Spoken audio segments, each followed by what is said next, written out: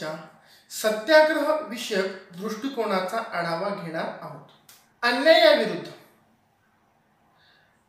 अन्यायाविरुद्ध शांत वृत्ती व दृढ निश्चय यांद्वारे प्रतिकार करण्याचा एक अहिंसक व अभिनव मार्ग म्हणजे सत्याग्रह होय. आता भारतीयांकरता जी काही सत्याग्रहाची संकल्पना आहे ही तशी नवीन नाही. भारतीय पौराणिक कथांमध्ये, भारतीय वाङ्मयामध्ये आपणास सत्याग्रहाची संकल्पना आढळून येते. विशेषतः या भारतीय पौराणिक कथांमध्ये सत्यवंत, सत्यवत, सत्यनिष्ठा, सत्यसंध वगैरेंचा उल्लेख आढळतो. परंतु जो काही सत्याग्रह हा शब्द आहे याचा व्यापक असा अर्थ निघतो. सत्याचा आग्रह धरणे म्हणजे सत्याग्रह. ही संकल्पना पूर्णतः महात्मा गांधी यांची देणगी असून या संकल्पनेचा त्यांनी प्रामुख्याने भारतीय स्वातंत्र्य लढ्यामध्ये उपयोग केल्याचे सांगता येते. आदर्श कुटुंबात अपेक्षित असलेली सर्व तत्वे मनुष्याने आपल्या व्यवहारात, जीवनात, कृतीत आणणे म्हणजे सत्याग्रहाची खरी जीवन पद्धती होय. महात्मा गांधीजींनी सुद्धा जो काही सत्याग्रहाचा विचार घेतलेला आहे, जो काही सत्याग्रहाचा धडा घेतलेला आहे, हा धडा कौटुंबिक जीवनामधूनच घेतलेला आहे. त्यांनी आपल्या जीवनामधील सर्व समस्यांकरता या सत्याग्रहाचाच उपयोग केला. आता गांधीजींना सत्याग्रहाची संकल्पना कशी सुचली हा आपल्या मनामध्ये मोठा प्रश्न पडला असेल तर याविषयी गांधीजी सांगतात. त्यांचे जे काही आत्मचरित्र आहे, माझे सत्याचे प्रयोग, यामध्ये त्यांनी सांगितलेले आहे की मला ही अहिंसेची, सत्याग्रहाची संकल्पना माझ्या पत्नीद्वारे मिळालेली देणगी आहे. तिच्याद्वारे मला ही संकल्पना सुचलेली आहे. तसेच माझ्या बालपणी जे काही श्यामल भट यांची कविता होती, यामधील एक वचन अपकाराविरुद्ध उपकार, यावरून सुद्धा मला ही कल्पना सुचल्याचे गांधीजी सांगतात. सत्याग्रहामध्ये माझे गुरु माझी पत्नी आहे. तिने स्वतःच्या बाबतीत अनाहूतपणे उपयोगात आणलेल्या सत्याग्रहांचा, नियमांचा मी जो काही विस्तार केलेला आहे तो दक्षिण आफ्रिकेमध्ये केलेला आहे. तसेच या गोष्टीला भगवद्गीता आणि बायबल यांच्यामधून दृढपणा आला आणि याला निश्चित दिशा देण्याचे कार्य टॉलस्टॉयच्या तुमच्या अंतःकरणात ईश्वरी साम्राज्य वसत आहे या वाक्यातून आल्याचे गांधीजी सांगतात. दक्षिण आफ्रिकेमध्ये जेव्हा गांधीजी राहत होते तेव्हा ते या सत्याग्रह या संकल्पनेलाच निशस्त्र प्रतिकार असे म्हणत, म्हणजेच पॅसिव्ह रेजिस्टन्स असं म्हणत. यानंतर ते भारतात परतले. आता भारतात परतल्यानंतर त्यांना असं वाटलं याला काहीतरी एक निश्चित असं की एक प्रभावी असं नाव देणं गरजेचं आहे. त्या नावावरून या भारतीय जनतेच्या मनामध्ये एक ठसा तरी उमटला पाहिजे. यामधून त्यांनी इंडियन ओपिनियन या नियतकालिकामध्ये नाव सुचविण्याचे आवाहन केले. यानंतर त्यांना विविध नावे विविध व्यक्तींनी सुचवली, परंतु त्यांना ही नावे वाटावी तेवढी प्रभावी व पसंत नाही पडली. यानंतर मगनलाल गांधी यांनी सदाग्रह असे नाव सुचवले. या नावामध्येच गांधीजींनी पुढे थोडाफार बदल करून आपले सत्याग्रह हे नाव तयार केले किंवा ही संकल्पना उत्पत्तीस आणली. सत्याग्रह हे नाव निश्चित केले. गांधीजींच्या मते केवळ निशस्त्र प्रतिकार म्हणजे सत्याग्रह नव्हे. सत्याग्रह हे एक जीवन दर्शन आहे. ती एक मूलगामी व सर्वकष निष्ठा आहे. मनुष्याची सतत प्रवृत्ती व सामंजस्य यांच्यावरील ती निष्ठा आहे. ह्या बाबी सत्याग्रहाच्या मूलाधार आहेत. शुद्ध साध्याकरिता शुद्ध साधने वापरणेच महत्वाचे असते. जर तुम्ही शुद्ध साध्याकरिता अशुद्ध साधने वापरली तर साध्य सुद्धा अशुद्ध बनते. त्यातून व्यक्तीला काहीच हासिल होत नाही. म्हणजेच साध्य व साधन दोनही गोष्टी ह्या शुद्धच असल्या पाहिजेत. म्हणजेच गांधीजी म्हणतात व्यक्तीने सत्याग्रहाकरिता जितक्या सत्याग्रहाचं साध्य म्हणजे ध्येय महत्वपूर्ण आहे तेवढेच त्या ध्येयाला गाठण्याकरिता तुम्ही उपयोगात आणलेल्या साधनांचा वापर सुद्धा महत्वपूर्ण आहे. याकरिता जर तुम्ही अशुद्ध अशी साधने म्हणजे अहिंसा अंमलात आणण्याकरिता किंवा सत्यावर उभारण्या करण्याकरिता जर नीतिमत्तेला धरून नसणाऱ्या एखाद्या बाबीचा उपयोग केला तर ते सत्याग्रहाचे साधन ठरत नाही. तर आता आपण गांधीजींच्या सत्याग्रहाची व्याख्या किंवा सत्याग्रहाचा अर्थ बघूयात. यामध्ये नंबर 1 सत्याग्रह म्हणजे सत्याकरिता अहिंसेच्या मार्गाने असत्याचा प्रतिकार करणे होय. आता दुसरी व्याख्या सांगता येईल सत्याग्रहाची. ती म्हणजे अन्याय, अत्याचार, जुलूम, हिंसा यांच्या विरुद्ध न्याय, सत्य, शुद्ध व हृदय परिवर्तन करण्याकरता दिलेला लढा होय. ह्या सामान्य आपल्यास 2 अशा व्याख्या सत्याग्रहाच्या सांगता येतील. यानंतर गांधीजींच्या या सत्याग्रहाविषयक संकल्पनेची आपणास काही वैशिष्ट्ये सुद्धा सांगता येतील. यामध्ये नंबर 1 नैतिक अधिष्ठान. गांधीजींच्या सत्याग्रह संकल्पनेला नैतिक अधिष्ठान होते. त्यांनी आपल्या सत्याग्रहामध्ये कोणत्याही अनैतिक बाबींना थारा सुद्धा दिलेला नाही. जर तुम्ही सत्याग्रहाचा मार्ग अवलंबित असाल तर जे काही तुम्ही या सत्याग्रहाचा मार्ग अवलंबिलेला आहे यापासून तुम्हाला जे काही ध्येय साध्य करायचे आहे, जे काही गाठायचे आहे ते सुद्धा नैतिकतेला धरून असले पाहिजे. अनीतिमत्तेच्या बाबतीत जर तुम्ही हा सत्याग्रहाचा मार्ग अवलंब करीत असाल तर तो खरा सत्याग्रह ठरणार नाही. हा एक प्रकारे ढोंगीपणा ठरेल. तर असे करणे गांधीजींना कदापि मान्य नाही. समजा तुमच्या भूमीवर आक्रमण झाले, परकीयांनी आपल्या भूमीवर कब्जा केला.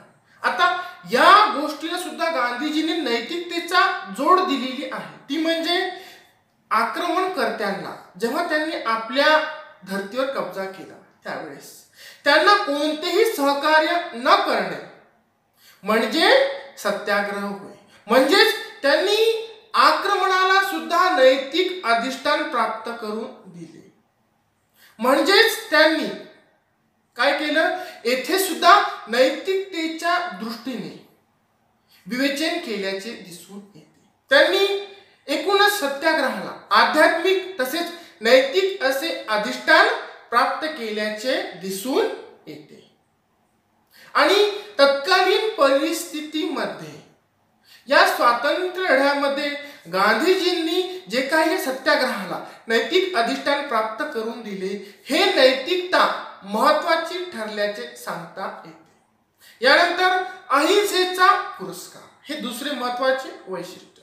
आता तुम्ही ज्यावेळेस सत्याग्रहाचा मार्ग अवलंबिला आहात किंवा अवलंबला आहे, तेव्हा आपल्या वागण्यामध्ये, आपल्या विचारामध्ये, आपल्या आचारामध्ये, तसेच कृतीमध्ये सुद्धा कोणत्याही प्रकारची हिंसा नसली पाहिजे। समोरील व्यक्तीकरिता आपल्या मनामध्ये घृणा किंवा अनैतिकता आली नाही पाहिजे। जे काही आपण विविध आपल्या मागण्यांकरिता, आपल्या चळवळीकरिता ज्या मार्गाचा अवलंब करू, त्या प्रत्येक मार्गात अहिंसाच असली पाहिजे। तुम्ही अहिंसेचे पूर्णतः पुजारी असले पाहिजे। म्हणजेच गांधीजींनी सत्याग्रह निर्माण करत असताना अहिंसा हा तत्व महत्वाचं असल्याचं येथे नमूद केलं आहे। यानंतर सत्याग्रहाचे तिसरे महत्वाचे वैशिष्ट्य, सत्यावर उभारणी। जर तुम्ही सत्याग्रह हा मार्ग आपल्या कृतीमध्ये, आचारामध्ये, विचारामध्ये आणत असाल, परंतु या सत्याग्रहाच्या मार्गाची उभारणी तुम्ही जर असत्यावर केली असेल, म्हणजेच तुमचे जे काही ध्येय आहे, हे ध्येयच असत्यावर निर्माण केले असेल, किंवा तुम्हाला जे काही अपेक्षित आहे, तुम्हाला जे काही ध्येय गाठावयाचे आहे, हे ध्येय गाठण्याकरिता तुम्ही जर अनैतिक मार्गांचा, हिंसक मार्गांचा अवलंब केला असेल, तर ते सत्याग्रह ठरणार नाही। म्हणजेच तुमचे ध्येय, साधने, साध्य या प्रत्येक बाबी सत्याच्या कल्पनेवर उभ्या असल्या पाहिजे, तरच तो सत्याग्रह ठरेल। म्हणजे येथे गांधीजींनी सत्याला सत्याग्रहाची, म्हणजेच सत्याग्रह निर्माण करण्याकरिता सत्याची जोड दिली असल्याचे सांगता येते। सत्याग्रह निर्माण करण्याकरिता किंवा या मार्गाचा अवलंब कशा प्रकारे करायचा, किंवा सत्याग्रहाची तंत्रे, मार्गे, पद्धती या गोष्टीचा आता आपण इथे आढावा घेणार आहोत। सत्याग्रह कशा प्रकारे अवलंबनात आणायचा, याकरता ज्या काही पद्धती सांगितलेल्या आहेत, ज्या काही तंत्रे सांगितलेली आहेत, जे काही मार्ग सांगितलेले आहेत, यांचा आता आपण इथे अभ्यास करणार आहोत। तर सत्याग्रहाचे पहिले महत्वाचे तंत्र म्हणजे असहकार। आता असहकाराचा शब्दशः अर्थ घ्यावयाचे झाल्यास सहकार्य न करणे म्हणजेच असहकार होय। याबद्दल गांधीजी सांगतात की ही चळवळ बढाईखोर माणसाची नव्हे, ती तुमच्यामधील चांगुलपणाची परीक्षा आहे। त्याकरिता शांत, संयमी सत्याग्रहाची गरज आहे। त्यातून आपल्या प्रांजळपणाला आव्हान मिळते। ही चळवळ म्हणजे विचाराचे कृतीमध्ये केलेले रूपांतर होय, म्हणजेच असहकार होय। प्रामुख्याने गांधीजींनी 1920-21 मध्ये असहकाराची चळवळ अंमलात आणल्याचं सांगता येते। येथे गांधीजी असे सांगतात की ज्याच्यावर अत्याचार होत आहे, त्याचे अत्याचार्यास सहकार्य असल्याशिवाय अत्याचार होणार नाही। म्हणजे उदाहरण द्यायचे झाल्यास 35 कोटी भारतीय जनतेवर तत्कालीन काळात काही हजार गोरे राज्य करतात, म्हणजे या गोष्टीला कोठेतरी भारतीयांचे सहकार्य सुद्धा लाभले आहे। आता यामध्ये दंडशक्ती हा आपत सोडता आपल्या सहकार्याशिवाय त्यांची चळवळ यशस्वी होऊ शकणार नाही। म्हणजेच सहकार्य न करणे हा सत्याग्रहाचा पहिला महत्वाचा मार्ग आहे, पहिले महत्वाचे तंत्र आहे। आता यामधील दुसरे महत्वाचे तंत्र ते म्हणजे सविनय कायदेभंग। आता सविनय कायदेभंग हे तत्व या मार्गाचा अवलंब करत असताना एखादा कायदा जुलमी आहे, अत्याचारी आहे व त्या कायद्याला नैतिक अधिष्ठान नाही, त्याची उभारणी हिंसेवर झालेली आहे, यामध्ये हा कायदा आम्ही मोडत आहोत याचे पूर्व सूचना संबंधित शासनात दिल्यानंतर सविनय पद्धतीने म्हणजेच शांत नियमांना धरून त्या कायद्याचा भंग करणे, तो कायदा मोडीत काढणे म्हणजेच सविनय कायदेभंग होय। सविनय कायदेभंग या मार्गाचा अवलंब अन्याय अत्याचारी कायद्याकरिताच उपयोगात आणल्यात असल्याचं गांधीजी सांगतात।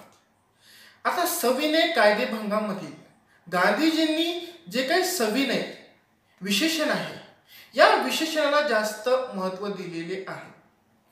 सविनय म्हणजेच सभ्यता, संयम, विवेक, अहिंसा हे गुण त्या कायद्याचं मोडीत करत असताना त्या व्यक्तीच्या आचरणामध्ये ही सविनयता हे विविध गुण असणे महत्त्वपूर्ण आहे। असा हा दुसरा सत्याग्रहाचा महत्त्वपूर्ण मार्ग होय। सत्याग्रहाचा तिसरा महत्त्वपूर्ण मार्ग तो म्हणजे हिजरत। आता हिजरत म्हणजे देशत्याग होय।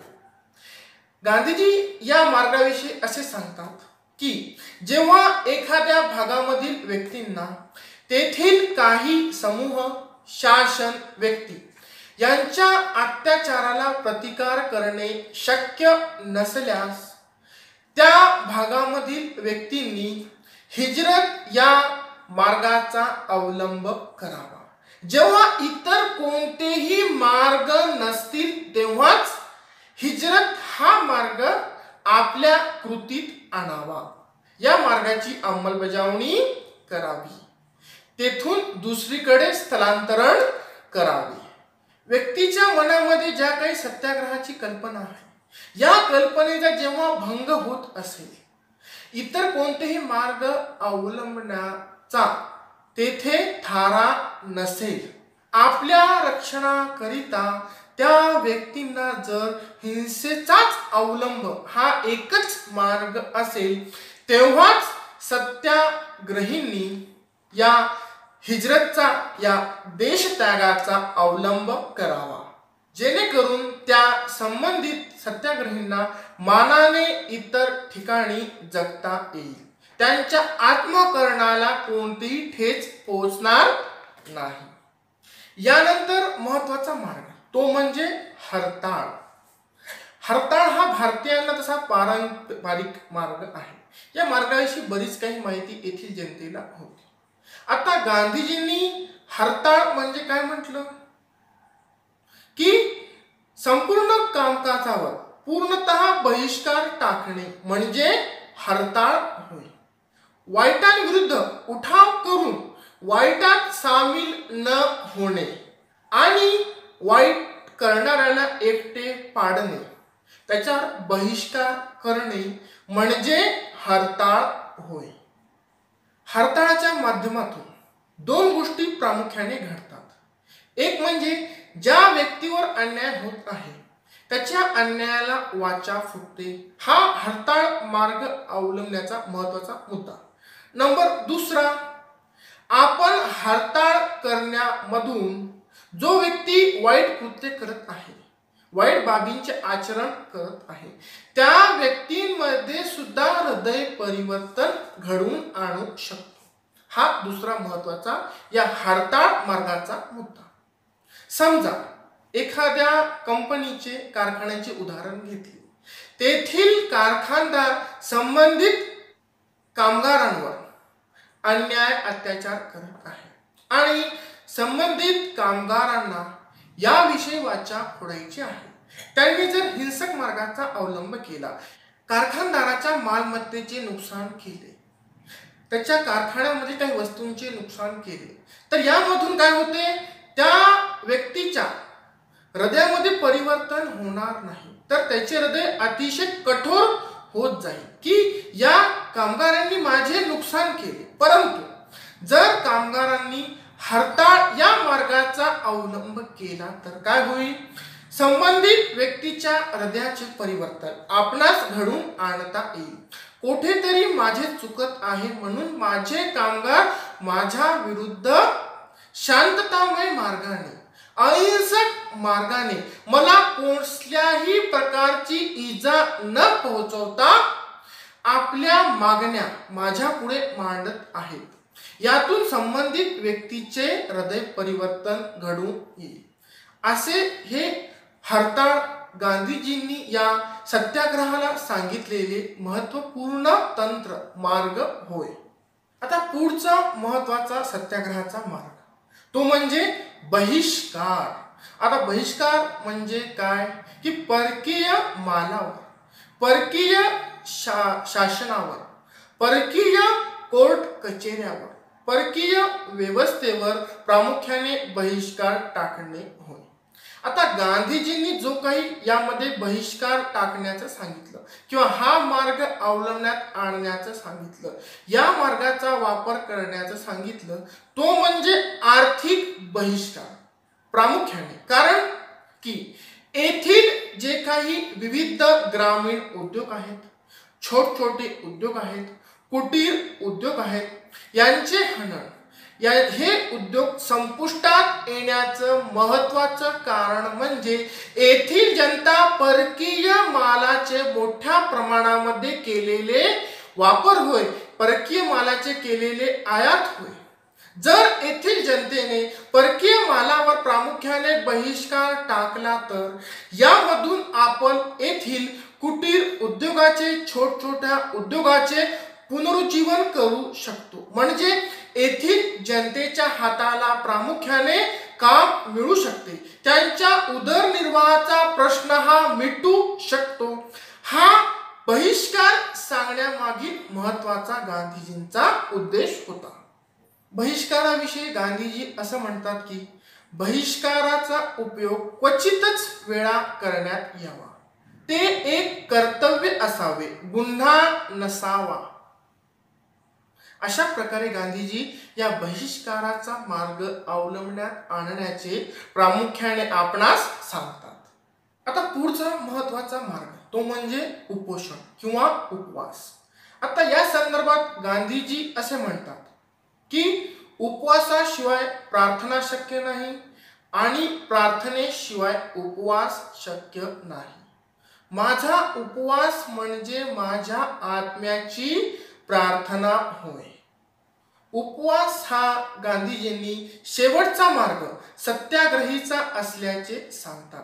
जेव्हा इतर मार्गांचं, इतर तंत्रांचं अवलंबत्व हा सत्याग्रही करू शकत नाही, तेव्हा त्या सत्याग्रहाने उपवासाचा मार्ग आचरण्याचं गांधीजी सांगतात.